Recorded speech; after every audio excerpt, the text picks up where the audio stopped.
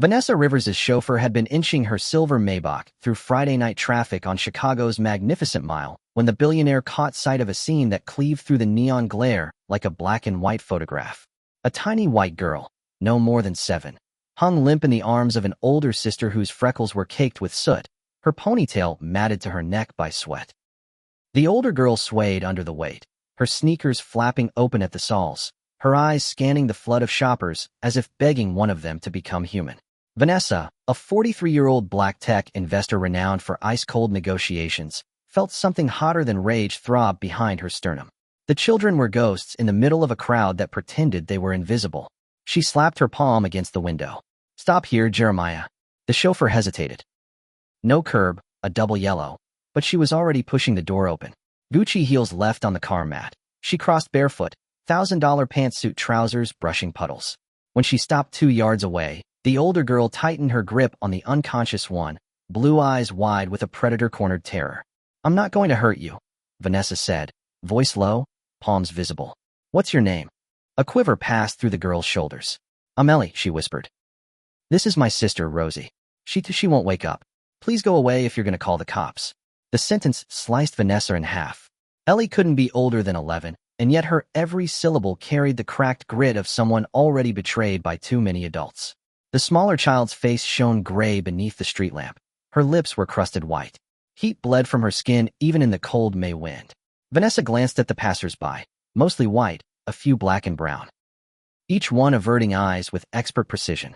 She remembered being 8 and standing at a payphone beside her mother's broken-down Buick in rural Mississippi, waiting hours for a tow truck that never came because Mama was black and the mechanic was not. In that memory, Vanessa had sworn that if she ever had power, she would never look away. "Ellie," she said, "I'm Vanessa Rivers. I can't call the cops, but I can get Rosie to a doctor right now. My car's right there." Ellie's gaze darted to the gleaming Maybach, then to Vanessa's bare feet. Something in that mismatch, the billionaire who didn't mind stepping in gutter sludge, cracked her defenses. She nodded once, stiff, as though signing a fragile treaty. Inside the car, Vanessa cradled Rosie while Ellie climbed in. The girl's jeans were 2 sizes too small. A Sharpie X scarred the knee where denim had torn months ago. Jeremiah sped toward Northwestern Memorial, Vanessa barking directions to avoid gridlock. Rosie's pulse fluttered like a sparrow against Vanessa's wrist. Ellie watched with hawk vigilance. "She hasn't eaten since yesterday morning," she confessed. "I tried getting soup at a church, but they closed." "How long have you been on the streets?" 6 weeks. Ellie's voice cracked. "After Mom OD'd, we bounced between neighbors. Then nobody answered the door anymore." Something inside Vanessa twisted, a knot of recognition and fury. Her own father had vanished into prison when she was 6. She and her mother had survived on church food pantries until Mama's hustle coaxed them north. But Vanessa had always had at least a motel roof. Ellie had nothing but a sister in her arms. At the Yarbe, the receptionist glanced at Rosie's grime-streaked pajamas and Ellie's shoeless feet, then at Vanessa's designer suit. "Is this your child, ma'am?" Vanessa laid her black titanium Amex on the counter, so hard the receptionist jumped. "She is tonight. Private intake. Now."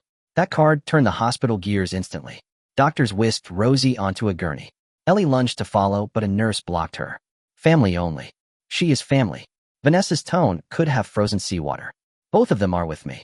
Rosie was diagnosed with severe strep-grown septic, dehydration, dangerously low blood sugar. Hours blurred.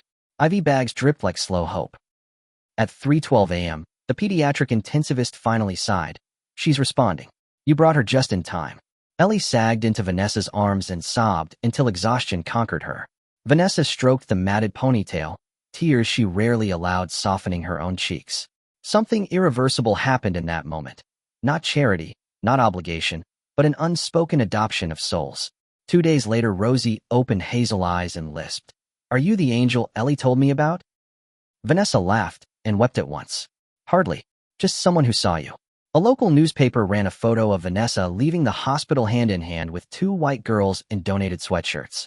The caption misread her as Good Samaritan CEO. Social media divided into cynics and worshippers overnight. Vanessa ignored them all. She had work to do.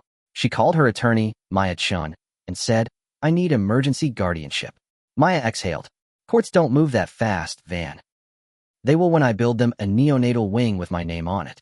Within a week, a judge granted temporary custody pending full investigation. Vanessa moved Ellie and Rosie into her Gold Coast penthouse. The girls' pale skin and strawberry hair contrasted strikingly with the mahogany photographs of Vanessa's Mississippi relatives, yet the juxtaposition felt right, proof that family could be assembled from shards rather than molds. Rosie's recovery was swift, but Ellie's psyche unspooled slowly. Nightmares sent her stumbling into Vanessa's room, terrified of being sent back outside. Vanessa would sit on the Persian rug and whisper how the moon over Lake Michigan was their witness that home was permanent. Yet a twist arrived just when the girls began to laugh freely. An aunt from rural Indiana filed for custody, claiming blood rights, and the TikTok rumor mill accused Vanessa of collecting white children as accessories. The headline screamed, "Billionaire black woman adopts white sisters, savior or narcissist?" The hearing crackled with tension. The aunt, pale and jittery, testified that she had good Christian intentions, but had lacked gas money to retrieve the girls earlier. Maya produced affidavits of past neglect complaints. Vanessa remained composed until the aunt muttered, "Maybe they're better off with their own kind." Silence detonated across the courtroom. Judge Morales, Latina and steel-eyed, leaned forward. "Clarify own kind, Miss Haskett." The aunt blanched. I mean people who understand them." Vanessa rose. "Your Honor, my skin does not determine my capacity to love. Ellie and Rosie need therapy, education, and stability. I am prepared to provide trust funds and allow supervised visits with any safe relative, black, white, or purple." She turned toward the girls seated behind. "But most of all, they need to know the adults won't vanish when the news cycle ends." Ellie's voice trembled from the gallery. "We pick Vanessa." Rosie echoed, "She kept us alive."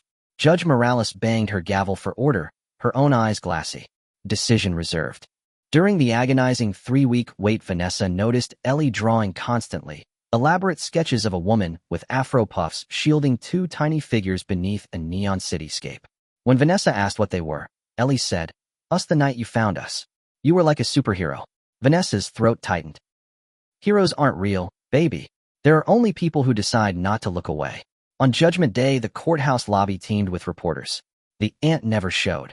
Her petition had collapsed under the weight of her narcotics arrest the night before. Judge Morales granted permanent adoption to Vanessa Rivers, praising a transcendent example of cross-racial motherhood in contemporary America. The girls took Rivers as their new surname, but insisted on keeping Haskett as middle names to honor their mother. Paperwork filed. Vanessa whisked them to Navy Pier for churros and Ferris wheel rides, while paparazzi hunted elsewhere. She thought the turbulence had passed. Then the second twist hit. Her board of directors convened an emergency session, worried that public controversy might threaten a pending IPO. Translation: some investors balked at Vanessa's political grandstanding. They suggested she temporarily step down as CEO. Vanessa stared them down across the glass table. "Gentlemen, you're asking a black woman to choose between motherhood and leadership because you fear racists on Twitter?" The chair coughed. "Share price volatility is colorblind." "Good. Because if you force this vote, I'll cash out my 12%, tanking market confidence." She paused. "And I'll find a competitor staffed entirely by women and people of color." Guess which story headlines? The board caved within 10 minutes. Vanessa kept her title. The IPO launched at record valuation. Ellie and Rosie watched the NASDAQ bell ringing from Vanessa's office balcony, eating cupcakes bigger than their faces. For a full year, peace bloomed. Rosie's cheeks colored. Ellie aced math and sold her first charcoal prints. Vanessa carved out evenings. No phone, no deals, just jazz, vinyl, and Monopoly. Jeremiah parked the Maybach and learned to roller skate so the girls could laugh at a 6'4" ex-Marine wobbling down Lakeshore Path. But trauma is a hydra. Cut one head, another surface. Ellie began hoarding bread crusts in dresser drawers. Rosie flinched at ambulance sirens. Vanessa hired Dr. Lillian Okafor, a Nigerian-American psychiatrist who specialized in displaced youth. Therapy sessions wove safety nets where silence had lived. On a crisp October afternoon, Dr. Okafor called Vanessa aside. "Ellie carries a secret." Vanessa braced. Pregnancy? Abuse memories? Guilt? She believes she killed her mother. The revelation detonated Vanessa's composure. That night, she took Ellie to the Adler Planetarium Dome, where the city lights surrendered to constellations. Under flickering stars, she coaxed the truth. Ellie had stolen their mother's last vial of fentanyl, hid it, hoping to save her. Dope sick beyond reason, the mother had injected something laced she'd bought instead and never woke. Ellie's sobs rattled the planetarium glass. Vanessa pulled her close. Addiction killed your mom, not you. You tried to save her the only way an 11-year-old could think of. If intent counts in the universe, and I believe it does, you loved her fiercely. Days later, Ellie left a drawing on Vanessa's pillow. A phoenix made of interlocking black and white feathers lifting two children skyward. At the bottom she'd written, "Love resurrects us." Winter arrived, and with it a final twist nobody foresaw. Vanessa collapsed in the boardroom, undiagnosed hypertrophic cardiomyopathy. She needed emergency surgery at the same hospital where she'd first taken Rosie. While the billionaire lay unconscious, the girls waited in the same chairs they'd once occupied, but roles reversed. They whispered stories to keep her tethered. Jeremiah, Maya, Dr. Okafor, even Judge Morales visited. Chicago media camped outside. Strangers, black and white, held vigil with candles, posting #Don'tLookAway. The city that once ignored two homeless girls now prayed for the woman who had not ignored them. Vanessa survived, heart patched with titanium mesh. During recovery, she asked the girls, if something had gone wrong, who would look after you? Ellie squared her shoulders. We would look after each other, like always. And Jeremiah and Maya, and anybody you changed. Rosie added, but you didn't go anywhere. Angels don't quit, remember? Spring thawed the lake, and the three took a train south to Mississippi. Vanessa needed to show them the clapboard house where her story began, the elders who fed her hope.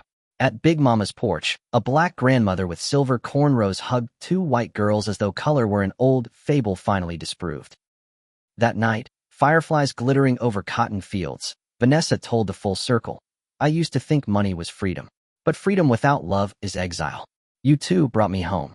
Ellie gazed at the constellations she'd learned to trace. Then maybe we saved each other from different kinds of streets. Back in Chicago, Vanessa endowed a foundation called Looking Glass, named after the billboard reflection where she first saw the sisters. It funded art therapy and STEM programs for homeless youth, run by Ellie and Rosie as honorary junior directors. Years later, the city unveiled a mural on the side of Northwestern Memorial, a black woman barefoot, carrying two children whose skin glowed palest porcelain. Behind them, urban night unraveled into dawn. In the lower corner, in Ellie's meticulous hand, the caption read, Love doesn't ask if you match, only if you choose not to look away. Old-timers say tourists still stop there, dazed, wowed, and thinking about how a single glance across a crowded sidewalk rewrote three destinies, and perhaps their own.